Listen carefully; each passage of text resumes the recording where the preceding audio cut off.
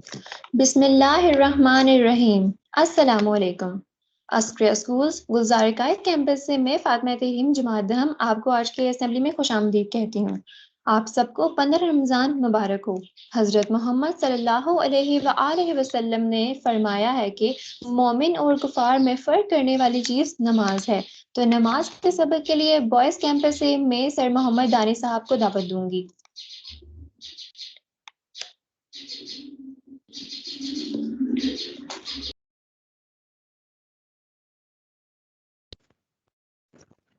السلام علیکم ورحمۃ اللہ وبرکاتہ۔ نماز کے سبق کی دہرائی کریں گے میرے ساتھ آپ سب۔ اللہم صلی علی محمد۔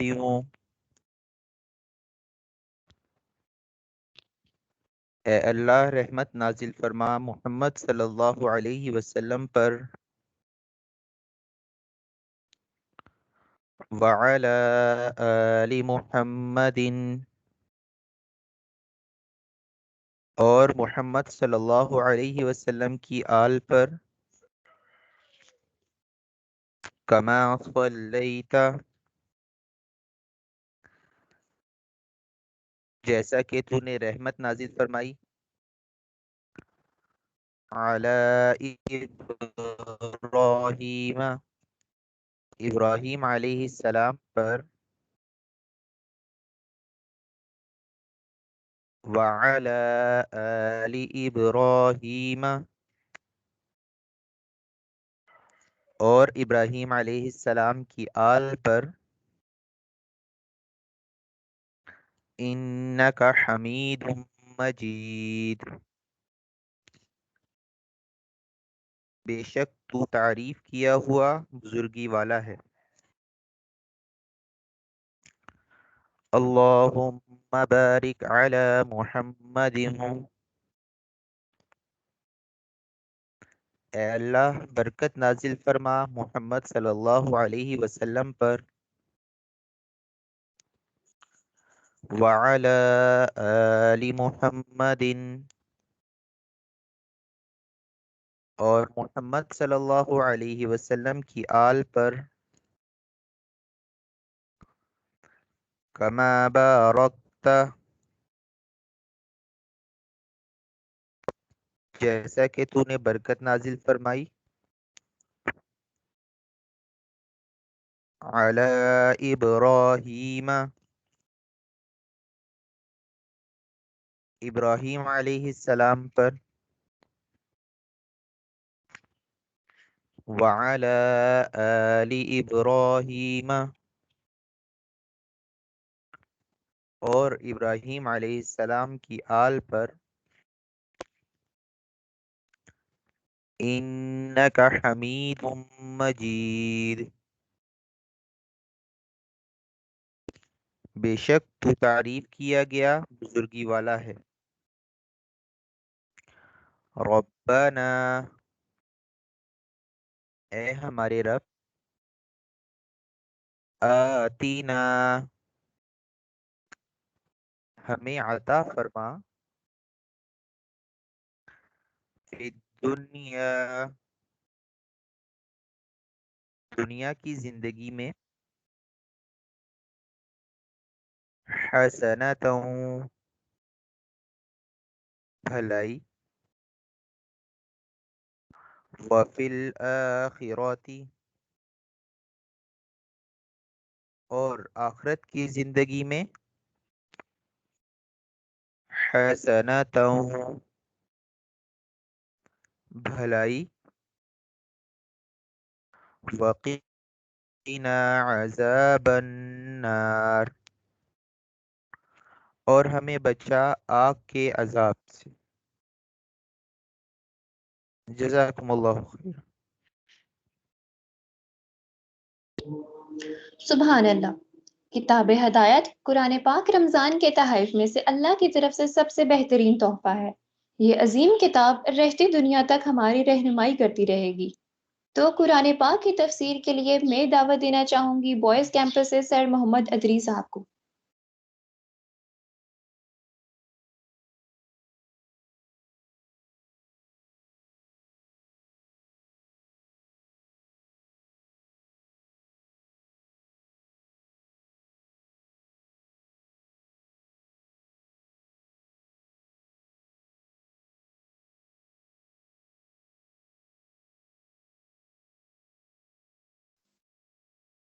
السلام علیکم ورحمۃ اللہ وبرکاتہ۔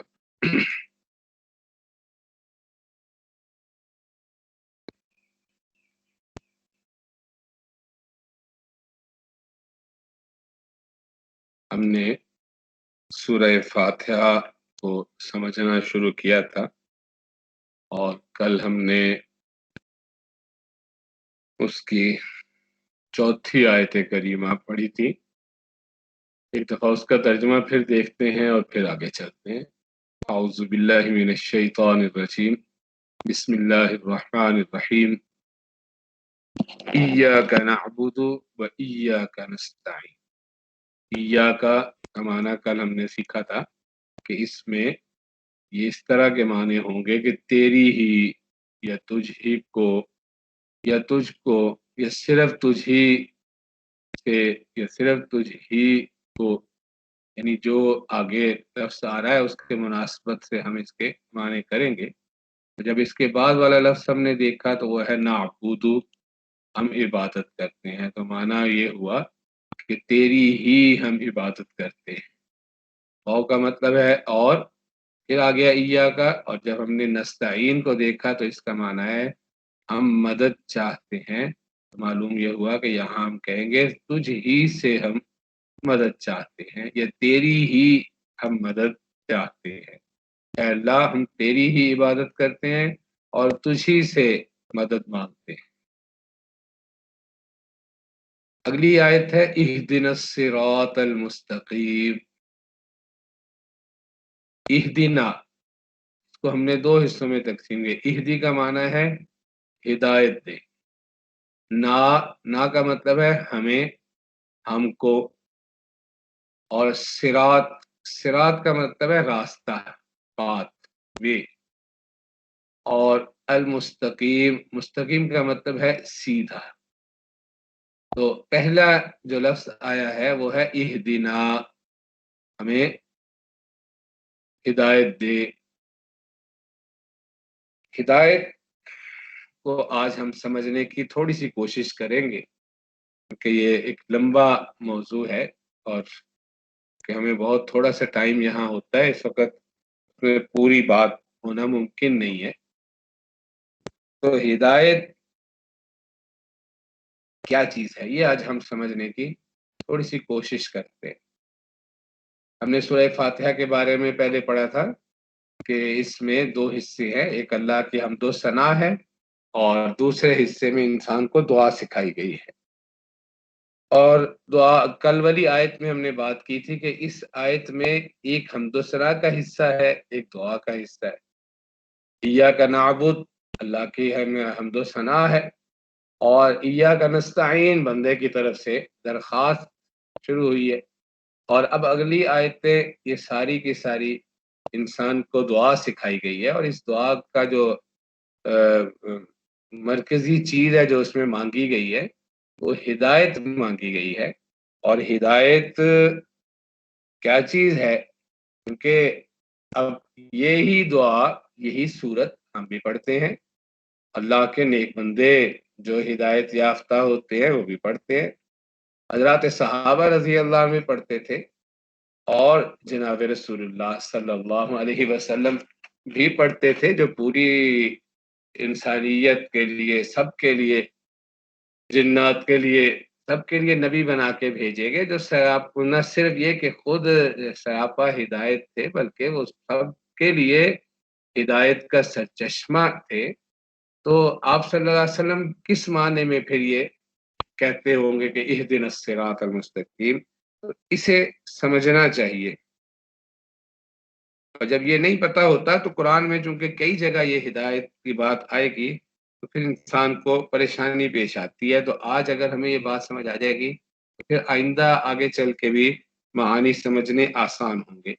یہ جو ہدایت ہے، امام راغب اصفہانی رحمۃ اللہ علیہ نے اس کی جو تشریح کی ہے وہ کہتے ہیں اصل معنی میں کسی شخص کو، یعنی اس کا جو اصلی معنی ہے اس کا مطلب یہ ہے کہ کسی شخص کو منزل مقصود کی طرف مہربانی کے ساتھ رہنمائی کرنا، ہدایت کرنا۔ حقیقی معنی میں صرف اللہ تعالیٰ ہی کا فعل ہے، یعنی یہ جو رہنمائی ہے اس کی منزل مقصود تک اسے پہنچایا جائے، اس بارے میں رہنمائی کی جائے، یہ صرف اللہ ہی کر سکتے ہیں، اور اس کے مختلف درجات ہیں۔ ایک درجہ وہ ہے جو عام ہے، جو کائنات کی جتنی مخلوقات ہیں تمام، یعنی جمادات، نباتات اور اسی طرح حیوانات وغیرہ سب کو حاصل ہے۔ اب اس میں ممکن ہے ہمارے ذہنوں میں یہ بات آئے کہ یہ چیزیں تو بے جان ہیں، یہ پتھر ہے، یہ جیویں، یہ چیزیں میرے اور آپ کے اعتبار سے بے جان ہیں، اللہ کے سامنے بے جان نہیں ہے، اللہ کی مخلوق ہے۔ اسی لیے قرآن نے کہا نا کہ وَإِن مِّن شَيْءٍ إِلَّا يُسَبِّحُ بِحَمْدِهِ وَلَكِن لَّا تَفْقَهُونَ تَسْبِيحَهُ۔ سورہ بنی اسرائیل میں اللہ نے بات فرمائی کہ یہ جو بھی چیزیں ہیں نا، یہ ساری اللہ کی حمد اور اس کی تسبیح کرتی ہیں۔ ہاں، بات صرف یہ ہے کہ وَلَكِن لَّا تَفْقَهُونَ تَسْبِيحَهُمْ، تم اس کی تسبیح کو نہیں جانتے۔ تو یہ جتنی مخلوقات ہیں ان سب میں احساس ہے۔ اسی لیے قرآن نے ایک جگہ یہ بھی تو کہا ہے نا کہ یہ پتھر جو گرتے ہیں اوپر سے، ابھی آگے چل کے سورہ بقرہ ہم پڑھیں گے تو پہلے پارے میں ہی آ جائے گا کہ اس میں ایک یہ بھی بات پر ارشاد فرمائی کہ وہ اللہ کے خوف سے اوپر سے نیچے گر جاتے۔ تو یہ شعور کا ایک درجہ ہے جو ہمیں نہیں محسوس ہوتا، لیکن جو مالک ہے اور جو اس کی مخلوق ہے اس کا آپس میں رابطہ موجود ہے۔ ہر چیز اپنے رب کے آگے فرما بردار ہے ایک اعتبار سے کہ وہ جس کام پہ اس نے لگایا ہوا ہے وہ چیز کر رہی ہے۔ تو یہ ذرہ ذرہ جو بھی چیز ہے اپنے اپنے درجے کے موافق اس کے اندر حیات بھی ہے اور احساس بھی ہے، کوئی ذرہ برابر بھی چیز ہے، اور عقل و شعور بھی ہے۔ اب یہ دوسری بات ہے کہ یہ چیز کسی میں کم ہے اور کسی میں زیادہ ہے۔ جن چیزوں میں یہ عقل و شعور اور حیات کا اثر ہمیں بہت کم ہے، یعنی اتنا کم ہے کہ ہم ان کو بے جان اور بے شعور سمجھتے ہیں، اور ہم انہیں کہتے ہیں کہ یہ بے جان چیز ہے، بے شعور ہے، تو اللہ نے بھی ان کے ساتھ ایک معاملہ کیا ہے کہ یہ جو احکامات ہوتے ہیں ان کے اس کمزوری کی وجہ سے یہ جو ان کی حیات میں اور ان کے شعور میں ہمیں کمزوری نظر آتی ہے، انہیں اللہ نے احکامات کا مکلف نہیں بنایا، ان کے لیے نہیں کہا کہ یہ جائز ہے، یہ حلال ہے، یہ حرام ہے، ایسے نہیں، اور ان کو کام لگا دیا ہے، بس جو کام لگایا ہے وہ کر رہے۔ اور جن مخلوقات میں حیات کے آثار نمایاں ہیں لیکن عقل و شعور نمایاں نہیں ہے، حیات کے اثرات تو نظر آتے ہیں لیکن عقل اور شعور نہیں ہے، ہم کہتے ہیں یہ ان کے لیے لفظ استعمال کرتے ہیں کہ ذی حیات ہے، یعنی ان میں حیات موجود ہے یا جاندار ہیں، مگر بے عقل و شعور انہیں کہا جاتا ہے۔ اور جن میں حیات کے ساتھ ساتھ عقل اور شعور بھی ہے اور وہ نمایاں بھی ہے تو ان کو ذوی العقول کہتے ہیں۔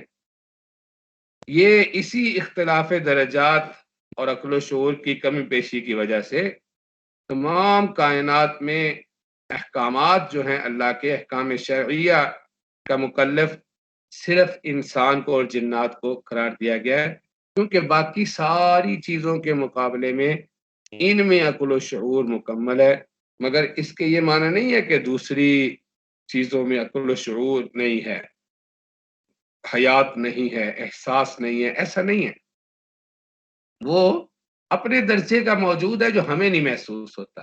یعنی ہم یہ کہیں کہ ہم کمزور ہیں کہ ان کی حیات یا ان کے شعور کو ہم سمجھ سکیں، لیکن اللہ تو کمزور نہیں ہے، اس لیے اللہ نے بتا دیا کہ یہ ساری مخلوقات، کئی آیات ہیں، میں نے ایک صرف سورہ بنی اسرائیل کی پڑھی کہ اللہ نے بتایا یہ ساری چیزیں جتنی ہیں یہ سب اپنے اللہ کی حمد و ثنا کرتی ہیں، اور اللہ کی اطاعت کرتی ہے۔ اس کی ایک مثال اگر انسان اپنے اعضاء پہ ہی غور کر لے تو اللہ نے اعضاء کو جن کاموں پہ لگایا ہے وہ کر رہے ہیں، چاہے وہ مومن کا ہو یا چاہے کافر کا ہو۔ ناک ہے تو سونگھنے کے کام پہ لگایا ہے، آنکھ کو دیکھنے کے کام پہ لگایا ہے، کان سنتا ہے۔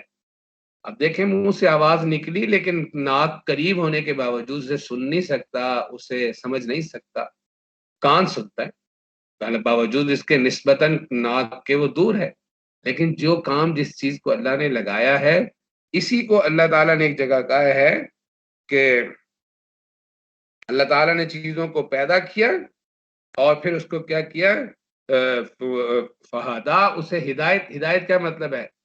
وہ جو سبح اسم ربک الاعلی الذی خلق فسوی والذی قدر فہدا، تو اللہ تعالیٰ نے چیزوں کو ان کا ڈیزائن بھی کیا، ان کے اندازات، مطلب یہ کہ جس طرح ہونا چاہیے اس طرح اس کو بنایا، ساتھ میں ہدایت دی۔ ہدایت کیا مطلب؟ جس کام پہ اس کو لگنا کرنا ہے۔ سورج کا کام ہے دھوپ دینا، اور اسی طرح جس چیز کا جو کام ہے، ہوا ہے وہ ٹھنڈک بھی دیتی ہے، وہ چیزوں کو ادھر سے ادھر بھی لے جاتی ہے۔ تو جو چیز جس کام کے لیے اللہ نے پیدا کی، اللہ نے اس کو بتایا کہ یہ کام اس نے کرنا ہے، وہ کر رہی ہے۔ ایک ہدایت کا یہ درجہ ہے جو ہر چیز کو حاصل۔ دوسرا درجہ ہدایت کا اس کے مقابلے میں خاص ہے، یعنی صرف ان چیزوں کے ساتھ مخصوص ہے جو ذوی العقول کہلاتی ہے، یعنی انسان اور جن۔ یہ ہدایت انبیاء اور آسمانی کتابوں کے ذریعے انسان کو پہنچائی جاتی ہے۔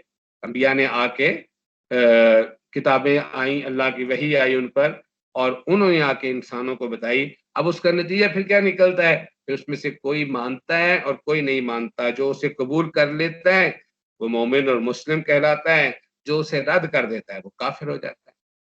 ایک تیسرا درجہ ہے جو اس کے آگے شروع ہوتا ہے، اور جو صرف مومن یا متقین جو ہوتے ہیں تقوی والے انہیں حاصل ہوتا ہے، یا کہیں کہ ان کے ساتھ مخصوص ہے، اور وہ اس کے عام لفظوں میں اگر اس کا نام ذکر کیا جائے تو وہ ہے توفیق۔ ہدایت کا یہ تیسری جو شکل ہے اس کا نام کہتے ہیں توفیق۔ کیا مطلب؟ یعنی اللہ کی اطاعت مزید سے مزید اس کو توفیق ملتی چلی جائے۔ اب یہ ایسا درجہ ہے کہ جس میں کوئی انتہا نہیں ہے، اس کا اختتام نہیں ہے۔ اسی معنی میں انبیاء کرام، حضور صلی اللہ علیہ وسلم یا ان کے بعد صحابہ کرام یا دوسرے لوگ جو بڑے سے جن کو جو پہلے سے ہدایت یافتہ ہوتے ہیں وہ بھی دعا کرتے رہتے ہیں، حضور صلی اللہ علیہ وسلم بھی دعا کرتے رہے۔ تو وہ جو تیسرا درجہ ہے اس کی کوئی چونکہ انتہا نہیں ہے، اور انسان کو اس کی مزید سے مزید ضرورت ہے، اللہ کی طرف سے توفیق ملتی رہے اس کی اطاعت کی، اس کی فرما برداری کی۔ اس معنی میں حضور صلی اللہ علیہ وسلم بھی دعا کرتے رہے۔ یہ تین درجات ہیں۔ میں نے کوشش کی کہ جلدی جلدی کچھ چیزیں آپ سے عرض کر سکوں۔ انشاءاللہ ان کے بارے میں مزید کوئی بات اگر ضرورت ہوئی تو کل بھی عرض کریں گے، ورنہ آگے چلیں گے۔ تو اس کا ترجمہ ایک دفعہ دیکھ لیتے ہیں۔ اہدنا الصراط المستقیم، اہدی کا معنی کیا ہے؟ ہدایت دے، نہ ہمیں یا ہم کو، صراط راستہ، مستقیم سیدھا، معنی کیا ہوا؟ ہمیں سیدھے راستے کی ہدایت عطا فرما۔ السلام علیکم ورحمۃ اللہ وبرکاتہ۔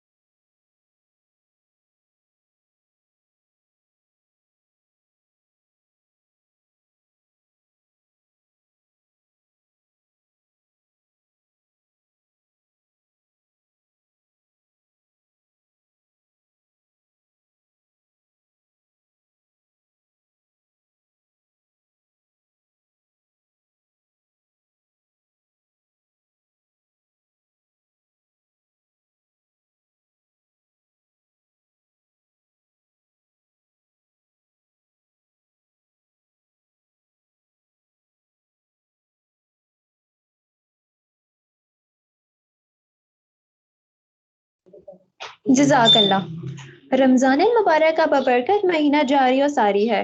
امید ہے کہ آپ سب ذوق و شوق سے روزے رکھ رہے ہوں گے اور عبادات میں مشغول ہوں گے۔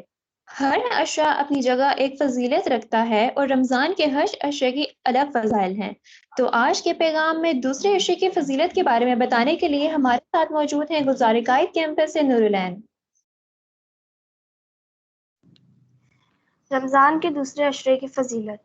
اللہ تعالیٰ کی اپنے بندوں کے لیے نعمتوں اور انعامات کا شمار ممکن نہیں، لیکن اللہ کی ان نعمتوں میں رمضان المبارک کو ایک منفرد حیثیت حاصل ہے۔ آپ صلی اللہ علیہ وآلہ وسلم کو اس مہینے کا انتظار رہتا تھا اور اس کا شوق سے استقبال کرتے تھے۔ رمضان المبارک کا پہلا عشرہ یعنی عشرہ رحمت اختتام پذیر ہو چکا ہے اور دوسرا عشرہ یعنی عشرہ مغفرت کا آغاز ہو چکا ہے۔ رمضان المبارک رحمت و بخشش اور مغفرت کا مہینہ ہے۔ وہ لوگ خوش قسمت ہیں جنہوں نے اس مبارک و مقدس مہینے میں روزے اور عبادات کے ذریعے اللہ کو راضی کیا۔ یہ وہ مبارک مہینہ ہے کہ جس میں اللہ تعالیٰ نفل کا ثواب فرض کے برابر اور فرض کا ثواب 70 گنا بڑھا دیتے ہیں۔ روزہ ایسی عبادت ہے کہ نبی کریم صلی اللہ علیہ وآلہ وسلم کے ارشاد کے مطابق زندگی کے تمام مراحل میں کارآمد ثابت ہوتا ہے۔ رمضان کا پہلا عشرہ رحمت کا ہے جو زندگی کے خصوصاً پہلے مرحلے میں اشد ضروری ہے۔ دوسرا عشرہ مغفرت کا ہے جو زندگی کے دوسرے مرحلے کے لیے کارآمد ہے کہ اس کی وجہ سے قبر میں راحت ملے گی۔ اور تیسرا عشرہ مغفرت کا ہے جو زندگی کے تیسرے مرحلے میں کارآمد ہے۔ ماہ رمضان مغفرت کا وہ عظیم الشان مہینہ ہے کہ جو شخص اس کو پانے کے بعد بھی مغفرت سے محروم رہا وہ انتہائی بدقسمت اور حرمہ نصیب ہے۔ حضرت ابو ہریرہ سے روایت ہے کہ آپ صلی اللہ علیہ وآلہ وسلم نے فرمایا، 3 آدمیوں کی دعا رد نہیں ہوتی، ایک روزے دار کی افطار کے وقت، دوسرے عادل بادشاہ کی اور تیسرے مظلوم کی۔ حدیث پاک میں ارشاد ہے کہ اے لوگو اتنی عبادت کرو جو قابل برداشت ہو، کیونکہ اللہ تعالیٰ ثواب دینے سے نہیں تھکتا یہاں تک کہ تم خود عبادت کرنے سے اکتا جاؤ گے۔ آپ صلی اللہ علیہ وآلہ وسلم نے فرمایا، رمضان کو رمضان اس لیے کہا جاتا ہے کیونکہ یہ گناہوں کو جلا دیتا ہے۔ توبہ و استغفار اس مہینے کے اہم ترین مقاصد ہے۔ جس شخص کی توبہ قبول ہو گئی اور رب نے اسے بخش دیا وہ رمضان کی فضائل و برکت سے محفوظ ہو گیا۔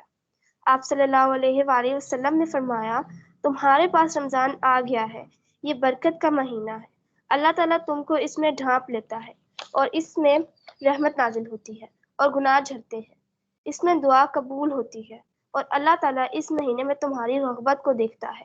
سو تم اس مہینے میں نیک کام کر کے دکھاؤ کیونکہ وہ شخص بدبخت ہے جو اس مہینے میں اللہ تعالیٰ کی رحمت سے محروم رہا۔